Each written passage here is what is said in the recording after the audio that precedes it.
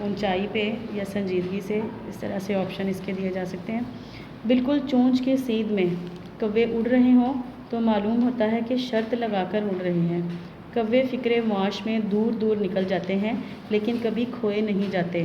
فکر معاش یعنی روزی کی فکر میں، کمانے کی فکر میں، اپنے روزگار کی تلاش میں، فکر میں جو ہے وہ کوے بہت دور دور تک چلے جاتے ہیں لیکن وہ کبھی کھوئے نہیں جاتے، یعنی کبھی گم نہیں ہوتے، کبھی نہیں پتہ چلا کہ گم ہو گئے ہیں۔ اب اس میں ان لوگوں کو یہاں پہ کہہ لیں کہ علامت کے طور پہ کوے کو ان لوگوں کے لیے علامت کے طور پہ استعمال کیا جا رہا ہے کہ جو لوگ اپنی روزی کی فکر میں یا اپنی روزگار کی فکر میں بہت دور دور جگہوں پہ چلے جاتے ہیں اپنی ملازمت کے سلسلے میں یا کاروبار کے سلسلے میں، تو کہیں بھی چلے جائیں دنیا کے کسی بھی حصے میں تو وہ گم نہیں ہو جاتے ہیں بلکہ وہ واپس آ جاتے ہیں۔ شام کے وقت کوئی 10,000 کوا کہیں سے واپس آ جاتا ہے، ممکن ہے کہ یہ غلط کوے ہوں، یعنی کہ شام کے وقت پہلے تو آبجیکٹیو کو مارک کریں کتنے کوے واپس آتے ہیں 10,000، اور غلط ہوں مطلب یہ ہے کہنے کا مصنف کا کہ ضروری نہیں ہے کہ جو 10,000 صبح گئے ہیں ایک جگہ سے تو شام کو بھی وہی 10,000 واپس آئیں گے، ہو سکتا ہے کہ یہ غلط کوے ہوں، یعنی کہ یہ کوئی اور آ گئے ہوں۔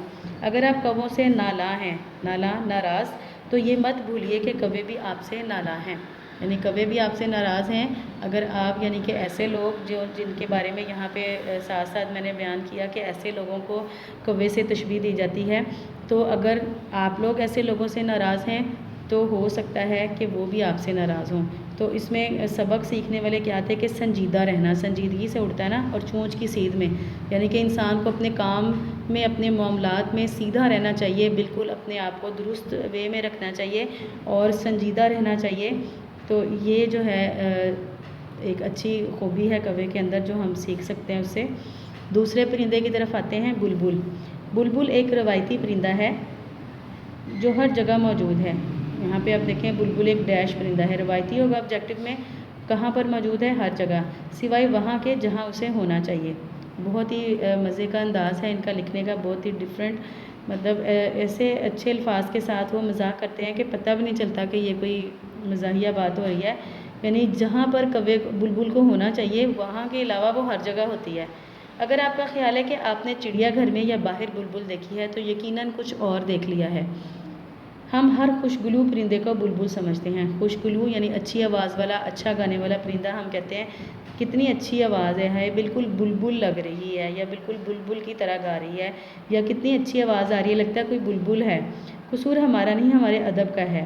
شاعر یہاں پہ کہہ رہے ہیں کہ ہمارے ادب نے، اردو ادب نے، شاعری نے انسانوں کے اندر یہ کنسیپٹ پیدا کیا ہے، یہ خیال پیدا کیا ہے کہ بلبل ایک اچھا گانے والا پرندہ ہے یا اس کی آواز بہت سریلی ہوتی ہے۔ شاعروں نے نہ کبھی بلبل دیکھی ہے نہ اسے سنا ہے، کیونکہ اصلی بلبل اس ملک میں نہیں پائی جاتی، یعنی بلبل ایسا نایاب پرندہ ہے، جیسے شروع میں بھی انہوں نے کہا کہ ہر جگہ موجود ہے، یعنی ہر جگہ ہی اس کو کہا جاتا ہے بلبل ہے یہ، یا بلبل کی آواز ہے، یا ہر جگہ کتابوں میں یا باغوں میں موجود ہے، لیکن حقیقتاً وہ نہیں ہے، کیونکہ اصل میں بلبل اس ملک میں نہیں پائی جاتی۔ سنا ہے کہ کوہ ہمالیہ کے دامن میں کہیں کہیں بلبل ملتی ہے، لیکن کوہ ہمالیہ کے دامن میں شاعر نہیں ہوتے۔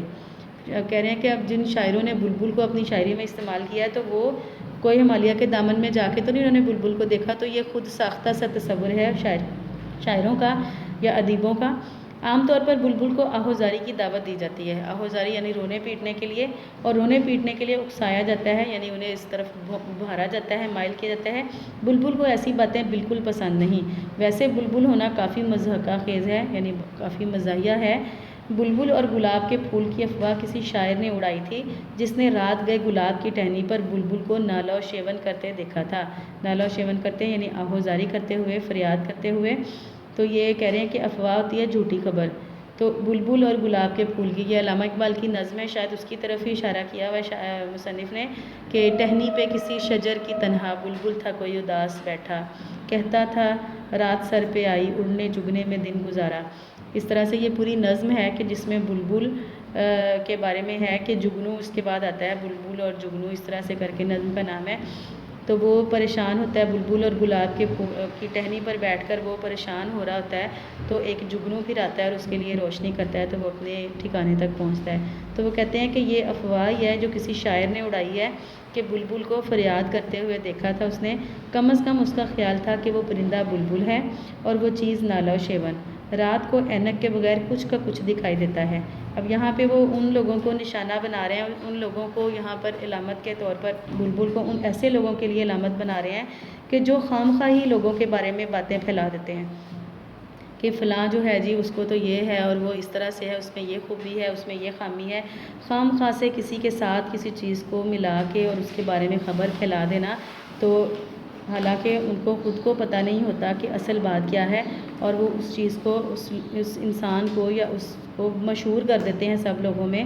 تو ایسے لوگ جو ہیں وہ کہہ لیں کہ بلبل کے ساتھ ان کو ملایا ہے۔ بلبل پروں سمیت محض چند انچ لمبی ہوتی ہے۔ بلبل پروں سمیت کتنی لمبی ہوتی ہے؟ چند انچ، یعنی اگر پروں کو نکال دیا جائے تو کچھ زیادہ بلبل نہیں بچتی۔ ماہرین کا خیال ہے کہ بلبل کے گانے کی وجہ اس کی غمگین خانگی زندگی ہے، یعنی اس کی جو گھریلو زندگی ہے وہ بہت ہی غمگین ہے، اس لیے جو ماہرین ہیں، جو تجزیہ کرنے والے ہیں، ان کا خیال ہے کہ اس کی غمگین ہونا اس کا جو ہے اس کی گھریلو زندگی ہے اس کی وجہ، جس کی وجہ وہ یہ ہر وقت کا گانا ہے۔ دراصل بلبل ہمیں محظوظ کرنے کے لیے ہرگز نہیں گاتی۔ محظوظ کرنا، ہمیں لطف دینا، لطف اندوز کرنا، اسے اپنے ہی فکر نہیں چھوڑتے۔ بلبل پکے راگ گاتی ہے یا کچے راگ الاپنا یعنی گانا گانا راگ، بہرحال اس سلسلے میں بہت سے موسیقاروں سے بہتر ہے۔ ایک تو وہ گھنٹے بھر کا آلاپ نہیں لیتی۔ اب یہاں پر موسیقاروں کو جو ہے وہ نشانہ بنایا گیا ہے، ان کے لیے بلبل کو علامت کے طور پر استعمال کیا گیا ہے کہ جو خام خواہ سے ہی گانا گانے کی کوشش کرتے ہیں، اور پھر اگر ان کو نہیں صحیح سے گانا آتا تو وہ بہانے بناتے ہیں کہ ساز والے نکمے ہیں، آگے جا کے ہم پڑھیں گے۔ ایک تو وہ گھنٹے بھر کا آلاپ نہیں لیتی، یعنی کہ جو ایسے جو موسیقار ہوتے ہیں، ایسے گانے گانے والے ہوتے ہیں تو گھنٹوں بھر وہ بیٹھ کے پریکٹس کرتے ہیں، آلاپ گاتے ہیں، لیکن وہ ایسے نہیں کرتی ہے بلبل۔ بے سری ہو جائے تو بہانے نہیں کرتی، یعنی اگر اس کا سر اچھا نہ ہو تو وہ ایسے موسیقاروں کی طرح بہانے نہیں بناتی ہے کہ ساز والے نکمے ہیں یا آج گلا خراب ہے، آپ تنگ آ جائیں تو اسے خاموش کرا سکتے ہیں، اور کیا چاہیے۔ یعنی جو ایسے جو گانا گانے کے شوقین لوگ ہوتے ہیں، خامخواہ سے جو گلوکار بننے کے شوقین ہوتے ہیں، ان کو آپ چپ بھی نہیں کروا سکتے ہیں کہ وہ اتنے گانے کے شوقین ہوتے ہیں کہ انہیں یہ بھی نہیں پتہ ہوتا کہ ان کی آواز کیسی ہے، کسی کو ان سے تکلیف ہو رہی ہے یا نہیں۔ تو بلبل کے ساتھ ایسا معاملہ نہیں ہے، آپ اگر اسے سنتے تنگ آ جائیں تو خاموش کرا سکتے ہیں۔ جیسے گرمیوں میں لوگ پہاڑ پر چلے جاتے ہیں، اسی طرح پرندے بھی موسم کے لحاظ سے نقل وطن کرتے ہیں، یعنی وطن سے دور جاتے ہیں۔ بلبل کبھی سفر نہیں کرتی، اس کا خیال ہے کہ وہ پہلے ہی سے وہاں ہے جہاں اسے پہنچنا چاہیے تھا۔ ہمارے ادب کو دیکھتے ہوئے بھی بلبل نے اگر اس ملک کا رخ کیا تو نتائج کی ذمہ دار خود ہوگی۔ یہاں تک یہ آج ہم نے 2 پرندوں کے بارے میں اور ساتھ مصنف کا تعارف پڑھا ہے، اسی کا آپ آبجیکٹو کریں گے اچھے سے، ریڈنگ اور آبجیکٹو۔ پیج نمبر 78، 79 اور 80 پہ صرف بلبل تک ہم نے پڑھا ہے۔ تو یہی آپ کی ڈائری ہے لیکچر نمبر 21 کی، پارٹ 1 اور 2 دونوں میں ہم نے ریڈنگ کی ہے، ملکی پرندے اور دوسرے جانور، اور یہی آپ کا ریڈنگ پلس آبجیکٹو ہے۔